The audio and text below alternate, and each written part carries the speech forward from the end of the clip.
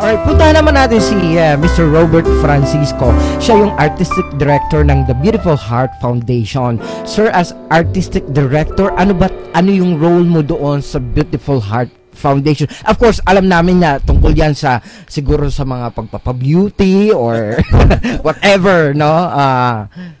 Yes, sir. Okay, magandang umaga po sa lahat nating mga listener. Actually, ang part ko po dito sa The Beautiful Heart Foundation, nagtagpo kasi yung aming advokasya ni Dr. Melendez. Actually, by profession po ako isang guro, isang professor sa kolehiyo sa Santa Maria, Bulacan. At matagal ko nang hinahanap itong klase ng advokasya na to. Nagkataon lang na ngayon lang dumating for 25 years. Imagine. Parang kanta yun bakit ngayon ka lang? Opo.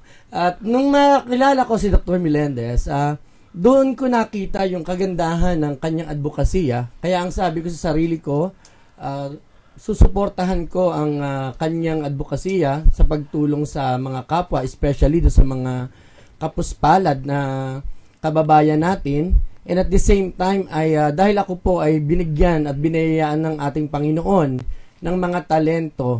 Actually, yung talent na naibabahagi ko ngayon dito sa aming foundation, ay nakuha ko ito for free.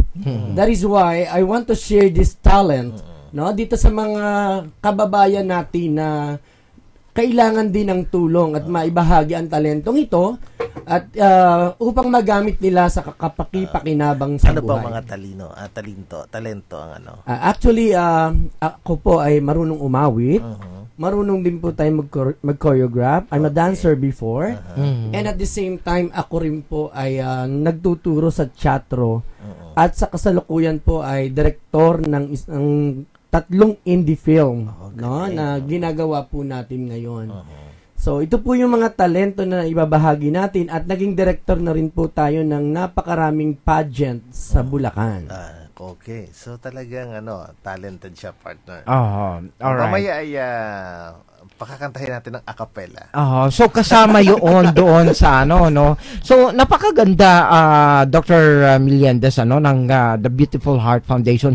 Kumbaga nasasaklawan niyo lahat ng sektor sa lipunan na gusto niyo yung i-develop or mga naghahanap ng mga katulad po ninyo na hindi naman siguro kamahalan yung pagpapamiyembro or bayad para ikaw ay matuto, di ba? Meron bang membership recruitment? Actually, wala, no? Anybody na meron akong tinatawag na men and women with beautiful hearts, we open to accepting them, no? Mabalik tayo doon sa pang-apat or pang-5 trust, no? Yung natapos na tayo doon sa R, so A naman from the word courage. We accept donations and we also raise funds for the donations. Ito yung medyo mabigat, no? Dahil we've been in the business of charity work for almost 10 years this coming December. So to sustain all these different projects and programs, kailangan natin ng pondo, no? Napakahirap minsan magpalimos, mahingi ng pondo. So we look at it now there should be a program within the foundation, within the organization that we can generate income, no? Number 1, sa training program namin sa arts or sa performing arts, no, yung makakabayad, we will ask kind of a donation. Yun namang mahirap, through our screening committee, pwedeng maka-avail ng scholarship yon. No? Sa organic farm naman namin, kung ang isang local government unit gustong magpaturo ng organic farming, for a minimal fee, we can conduct seminar on that. No?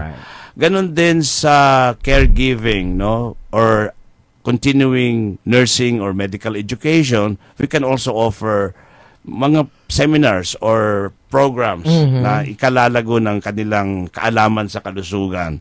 So these are the ways of how we can raise funds for the foundation. Now yung letter G, which is the 6th trust, is gathering of people for a common cause. So pinagsasama-sama namin yung men and women with beautiful hearts. As dito bumabalik yung bayanihan system, no?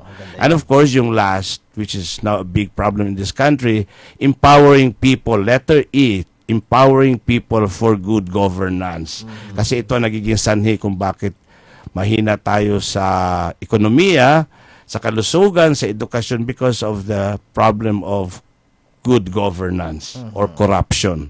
Okay. Yes.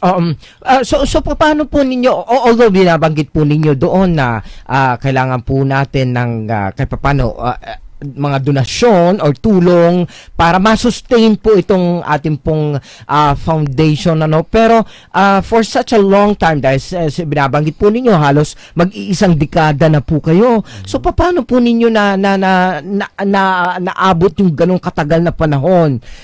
The mere fact na syempre ang dami din siguro yung mga tinutulungan or lumalapit sa inyo para po mabigyan ninyo ng kaukulang tulong din po. Well, ito yung tip sa mga gustong mag-start ng isang charitable organization, sariling sikap, no? Ready ka with your own resources, with your own money. Kailangan sinusuportahan ka ng iyong asawa, ng iyong pamilya, number one. And of course, kailangan ka makipag-ugnayan sa ibang malalaking organization din, no?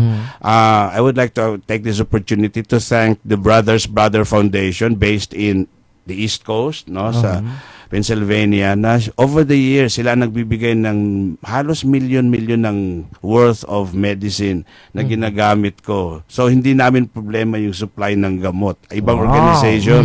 So kami sa medical mission namin hindi kami nagkukulang ng gamot, no? At yun ang napakalaking biyaya, no?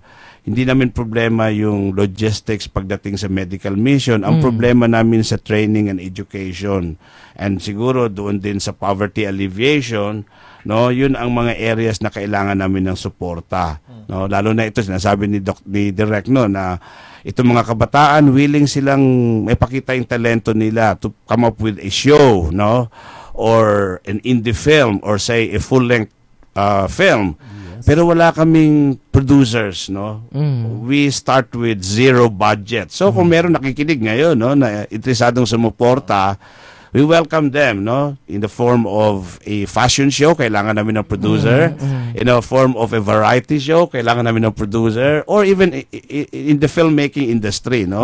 So I'm sure with this kind of support that we will get in the very near future, mas lalago yung aming advocacy sa Beautiful Heart Foundation. Okay.